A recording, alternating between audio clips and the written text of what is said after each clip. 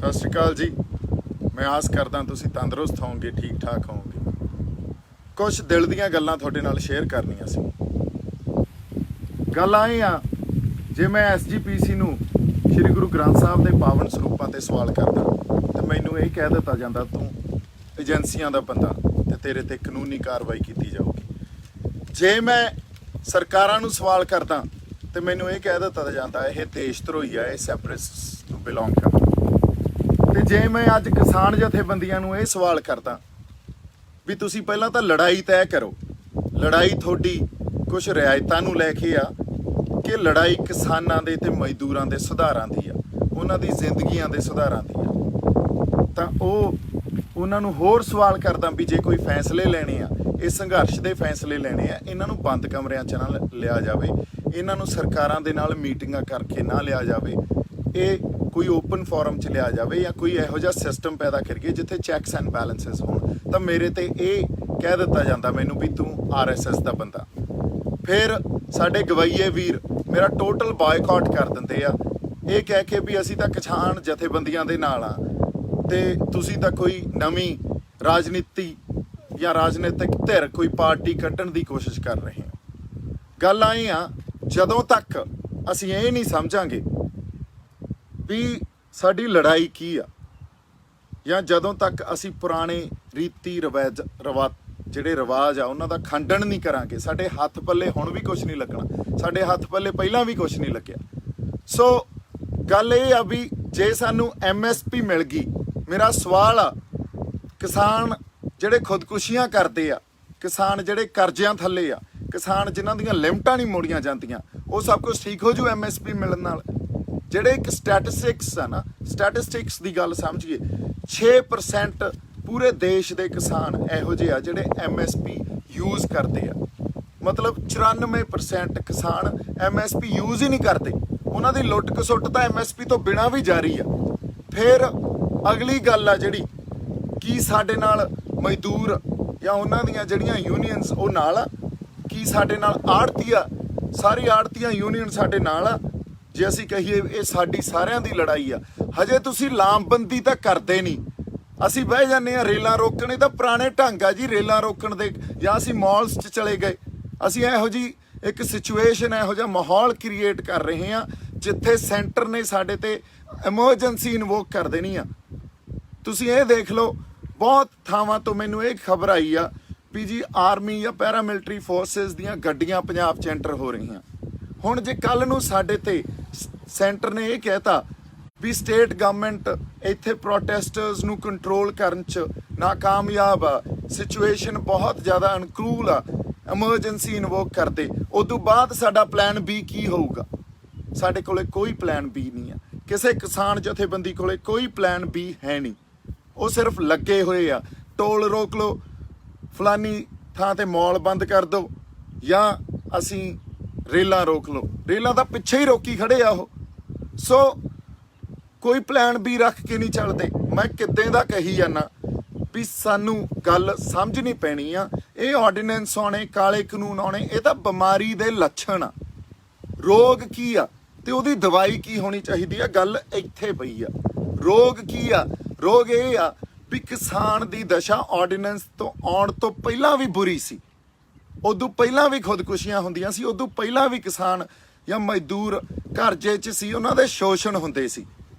ਔਰ ਅਸੀਂ ਇਹ ਗੱਲ ਨੂੰ ਸਮਝ ਹੀ ਨਹੀਂ ਪਾ ਰਹੇ। ਇਹਨਾਂ ਕਿਸਾਨ ਜਥੇਬੰਦੀਆਂ ਨੇ ਸਿਰਫ ਆਰਡੀਨੈਂਸ ਦੇ ਵਿੱਚ MSP ਤੱਕ ਆਪਦੀ ਲੜਾਈ ਲਿਮਿਟਿਡ ਰੱਖਣੀ ਆ। ਇਹ ਕਿਉਂ ਰੱਖਣੀ ਆ ਇਹਦਾ ਮੈਨੂੰ ਨਹੀਂ ਪਤਾ। ਇਹਨਾਂ ਦੇ ਕੋਈ ਰਾਜਸੀ ਸਰੋਕਾਰ ਵੀ ਹੋ ਸਕਦੇ ਆ, ਇਹਨਾਂ ਦੇ ਕੋਈ ਆਪਸ ਕੋਈ ਪੋਲੀਟੀਕਲ ਐਸੋਸੀਏਸ਼ਨ ਜਾਂ ਮੰਨ ਲਓ ਅਹੁਦਿਆਂ ਦੇ ਸਰੋਕਾਰ ਵੀ ਹੋ ਸਕਦੇ ਆ। ਸਾਰੇ ਨਹੀਂ, ਸਾਰੀਆਂ ਜਥੇਬੰਦੀਆਂ ਦੇ ਸਾਰੇ ਲੀਡਰ ਇੱਕੋ ਜਿਹੇ ਨਹੀਂ ਆ, ਇਹ ਵੀ ਮੈਂ ਗੱਲ ਮੰਨਦਾ।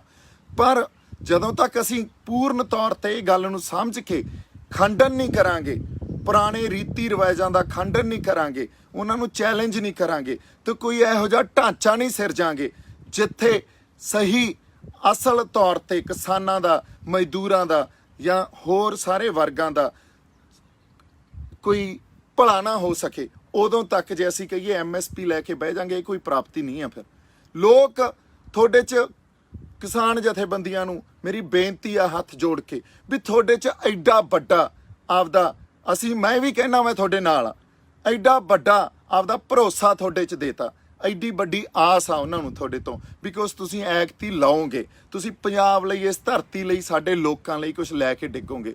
ਪਰ ਤੁਸੀਂ ਬੈਠੇ ਹੋ MSPਆਂ ਤੇ, ਤੁਸੀਂ ਬੈਠੇ ਹੋ ਵੀ ਸਰਕਾਰਾਂ ਨਾਲ ਮੀਟਿੰਗ ਕਰ ਲਈਏ। ਜਿੱਦਾਂ ਅਸੀਂ ਬੰਦ ਕਮਰਿਆਂ 'ਚ ਸਰਕਾਰਾਂ ਨਾਲ ਮੀਟਿੰਗਾਂ ਕਰਨੀਆਂ ਸ਼ੁਰੂ ਕਰ ਦਿੰਨੇ ਆ ਨਾ, 50% ਦਾ ਸੰਘਰਸ਼ ਉੱਥੇ ਹੀ ਅਸੀਂ ਵੇਚ ਦਿੰਨੇ ਆ, ਉੱਥੇ 50% ਸੰਘਰਸ਼ ਤਾਂ ਖਤਮ ਹੋ ਜਾਂਦਾ। ਹੁਣ ਗੱਲ ਇਹ ਆ, ਜਾਂ ਤਾਂ ਆਪਦੇ ਜ਼ਮੀਰਾਂ ਦੀ, ਅਸੀਂ ਆਪਦੇ ਆਤਮਾ ਦੀ ਆਵਾਜ਼ ਸੁਣ ਕੇ ਅਸਲ ਗੱਲ ਨੂੰ ਸਮਝ ਕੇ ਲੜਾਈ ਲੜੀਏ, ਤੇ ਜਿਹੜੀ ਰੂਹ, ਜਿਹੜਾ ਬੰਦਾ ਆਪਦੇ ਜ਼ਮੀਰ ਦੀ, ਆਪਦੇ ਅੰਦਰ ਦੀ ਆਵਾਜ਼ ਸੁਣ ਕੇ ਇਸ ਲੜਾਈ 'ਚ ਲੜੂਗਾ, ਮੈਂ ਉਹਦੇ ਨਾਲ ਆ।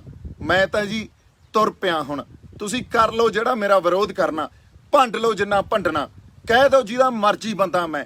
ਅੱਜ ਤੋਂ ਬਾਅਦ ਮੈਂ ਸਫਾਈ ਵੀ ਨਹੀਂ ਦੇਣੀ, ਕੋਈ ਸਫਾਈ ਨਹੀਂ ਦੇਣੀ। ਇਸ ਕਰਕੇ ਨਹੀਂ ਦੇਣੀ ਕਿਉਂਕਿ ਮੇਰਾ ਟੀਚਾ ਕੁਛ ਹੋਰ ਆ, ਮੇਰੀ ਲੜਾਈ ਸਾਡੀ ਧਰਤੀ ਖਾਤਰ, ਸਾਡੇ ਲੋਕਾਂ ਖਾਤਰ ਆ। ਤੁਸੀਂ ਤਾਂ ਮੈਨੂੰ ਉਲਝਾਈ ਰੱਖੋਗੇ, ਮੈਂ ਤਾਂ ਤੀਜੇ ਕੁ ਦਿਨ ਮੇਰੇ ਤੇ ਕੋਈ ਨਵਾਂ ਸਵਾਲ ਖੜਾ ਕਰ ਦਿੰਦੇ ਹੋ।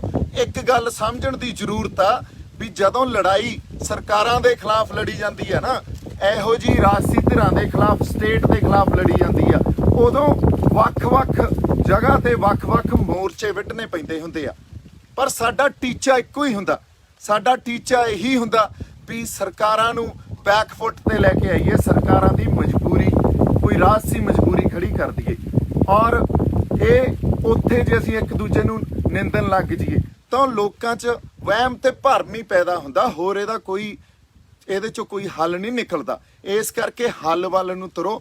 ਹੱਲ ਵੱਲ ਨੂੰ ਅਸੀਂ ਤਾਂ ਹੀ ਤੁਰਾਂਗੇ ਜੇ ਅਸੀਂ ਰੋਗ ਨੂੰ ਸਮਝ ਸਕੇ ਤੇ ਉਹਦੀ ਦਵਾਈ ਨੂੰ ਲੱਭਣ ਦੀ ਕੋਸ਼ਿਸ਼ ਕਰੀਏ। ਅਸੀਂ ਤਾਂ ਲੱਛਣਾਂ ਤੇ ਆ ਕੇ ਲੱਛਣਾਂ ਦੀ ਉਹ ਗੱਲ ਕਰੀ ਜਾਂਦੇ ਆ। ਸੋ ਇਹ ਜਿਹੜੇ ਕਾਲੇ ਕਾਨੂੰਨ ਆ, ਇਹ ਤਾਂ ਲੱਛਣ ਆ।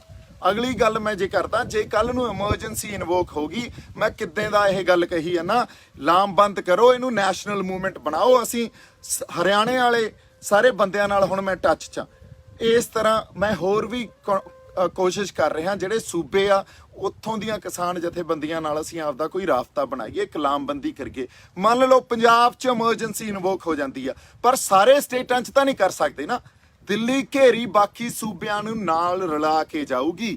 ਦਿੱਲੀ ਰਾਸ਼ਟਰੀ ਇੱਕ ਲਹਿਰ ਪੈਦਾ ਕਰਕੇ, ਇੰਟਰਨੈਸ਼ਨਲ ਲੈਵਲ ਦੀ ਲਹਿਰ ਪੈਦਾ ਕਰਕੇ ਘੇਰੀ ਜਾਊਗੀ। ਜੇ ਤੁਸੀਂ ਕਹੋ ਪੰਜਾਬ ਕੱਲਾ ਦਿੱਲੀ ਘੇਰ ਲੂਗਾ ਤਾਂ ਇਹ ਪੋਸੀਬਲ ਨਹੀਂ ਆ, ਇਹ ਹੋ ਹੀ ਨਹੀਂ ਸਕਦਾ ਜਦੋਂ ਤੱਕ ਸਾਨੂੰ ਆਪਦੀ ਲਾਮਬੰਦੀ ਉਸ ਲੈਵਲ ਤੱਕ ਨਹੀਂ ਕਰਨੀ ਆਊਗੀ। ਸਾਡੇ ਕੋਲੇ ਉਹ ਵਿਜ਼ਨ ਨਹੀਂ ਆ। ਅਸੀਂ ਜੇ ਕਹੀਏ ਲੜਾਈ ਜਿੱਤ ਲਾਂਗੇ ਤਾਂ ਲੜਾਈ ਨਹੀਂ ਜਿੱਤੀ ਜਾਣੀ। ਤਾਂ ਪੁਰਾਣੇ ਰੀਤੀ ਰਿਵਾਜ ਜਿਹੜੇ ਹੁਣ ਵੀ ਅਪਣਾਏ ਜਾ ਰਹੇ ਆ, ਉਹਨਾਂ ਨਾਲ ਲੜਾਈ ਨਹੀਂ ਜਿੱਤੀ ਜਾਣੀ। ਮੇਰੇ ਤੇ ਸਵਾਲ ਨਾ ਖੜੇ ਕਰੋ।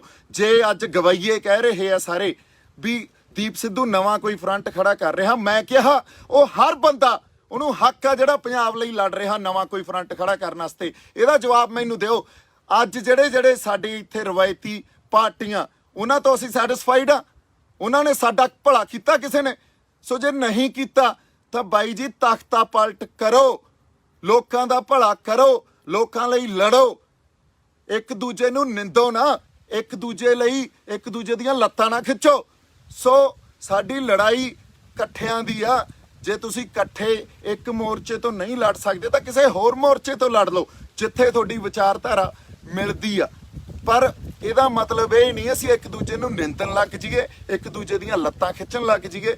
ਮੈਨੂੰ ਐਂ ਲੱਗਦਾ ਲੜਾਈ ਦੀ ਵਿਉਂਤਬੰਦੀ, ਸਟ੍ਰੈਟਜੀ ਤੇ ਸਾਡਾ ਵਿਜ਼ਨ, ਸਾਡੀ ਸੇਧ ਕੀ ਹੋਣੀ ਚਾਹੀਦੀ ਆ, ਸਾਡੇ ਕਿਸਾਨ ਜਥੇਬੰਦੀਆਂ ਦੇ ਆਗੂਆਂ ਨੂੰ ਸਮਝਣਾ ਚਾਹੀਦਾ। ਔਰ ਇਕੱਲੇ ਕਿਸਾਨ ਜਥੇਬੰਦੀਆਂ ਦੇ ਆਗੂਆਂ ਨੂੰ, 31 ਜਥੇਬੰਦੀਆਂ ਨੂੰ ਨਹੀਂ ਬਹਿਣਾ ਚਾਹੀਦਾ। ਮਜ਼ਦੂਰਾਂ ਨੂੰ ਵੀ ਨਾਲ ਲਓ, ਉਹਨਾਂ ਦੀਆਂ ਜਥੇਬੰਦੀਆਂ ਨੂੰ ਨਾਲ ਲਓ, ਆੜ੍ਹਤੀਆਂ ਨੂੰ ਨਾਲ ਲਓ।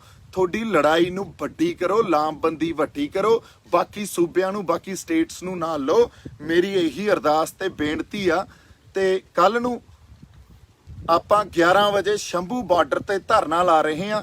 ਜਿਹਦੀ ਜ਼ਮੀਰ ਜਿਉਂਦੀ ਆ, ਜਿਹੜਾ ਮੇਰੀ ਗੱਲ ਨਾਲ ਕੋਈ ਰਿਲੇਸ਼ਨ ਜਾਂ ਰਿਲੇਟ ਕਰ ਸਕਦਾ, ਉਹ ਬੰਦਾ ਉੱਥੇ ਆ ਜਾਏ। ਮੈਂ ਕਿਸੇ ਨੂੰ ਫੋਰਸ ਨਹੀਂ ਕਰ ਰਿਹਾ ਜੀ, ਮੈਂ ਤਾਂ ਹੱਥ ਜੋੜ ਕੇ ਬੇਨਤੀ ਕਰ ਰਿਹਾ ਵੀ ਹਰ ਪਾਸੇ ਜਿੱਥੇ ਜਿੱਥੇ ਕੋਈ ਸੰਘਰਸ਼ ਕਰ ਰਿਹਾ ਉਹਦਾ ਸਾਥ ਦਿਓ।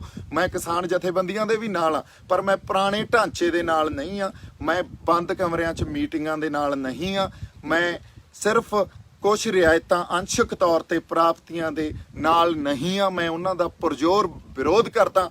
ਮੈਂ ਅਸਲ ਤੌਰ ਤੇ ਜੇ ਕੋਈ ਸਾਡੇ ਇੱਥੇ ਸਿਸਟਮ ਅਸੀਂ ਕਿਸਾਨਾਂ ਨੂੰ ਦੇ ਸਕੀਏ, ਮਜ਼ਦੂਰਾਂ ਨੂੰ ਦੇ ਸਕੀਏ, ਜਿੱਥੇ ਉਹਨਾਂ ਦਾ ਭਲਾ ਹੋਵੇ, ਸਾਡੇ ਲੋਕਾਂ ਨੂੰ ਉਹ ਸਿਸਟਮ ਦੇ ਸਕੀਏ, ਉਸ ਚੀਜ਼ ਦੇ ਨਾਲ ਆ, ਉਹਦਾ ਮੈਂ ਹਮਾਇਤ ਕਰਦਾ ਉਸ ਚੀਜ਼ ਦੀ। ਤੇ ਪੁਰਾਣੀਆਂ ਗੱਲਾਂ ਦਾ, ਪੁਰਾਣੀ ਪੋਲਿਟਿਕਸ ਦਾ ਮੈਂ ਪੂਰਨ ਤੌਰ ਤੇ ਖੰਡਨ ਕਰਦਾ। ਤੇ ਜਦੋਂ ਖੰਡਨ ਕਰਦੇ ਆ ਉਦੋਂ ਇੱਕ ਬਹੁਤ ਵੱਡੇ ਸਿਸਟਮ ਨਾਲ ਸਾਨੂੰ ਲੜਨਾ ਪੈਂਦਾ। ਮੈਂ ਉਸ ਲੜਾਈ ਲਈ ਵੀ ਤਿਆਰ ਆ। ਮੇਰੇ ਵੱਲੋਂ ਬਹੁਤ ਪਿਆਰ ਤੇ ਸਤਿਕਾਰ। ਸਤਿ ਸ਼੍ਰੀ ਅਕਾਲ ਜੀ।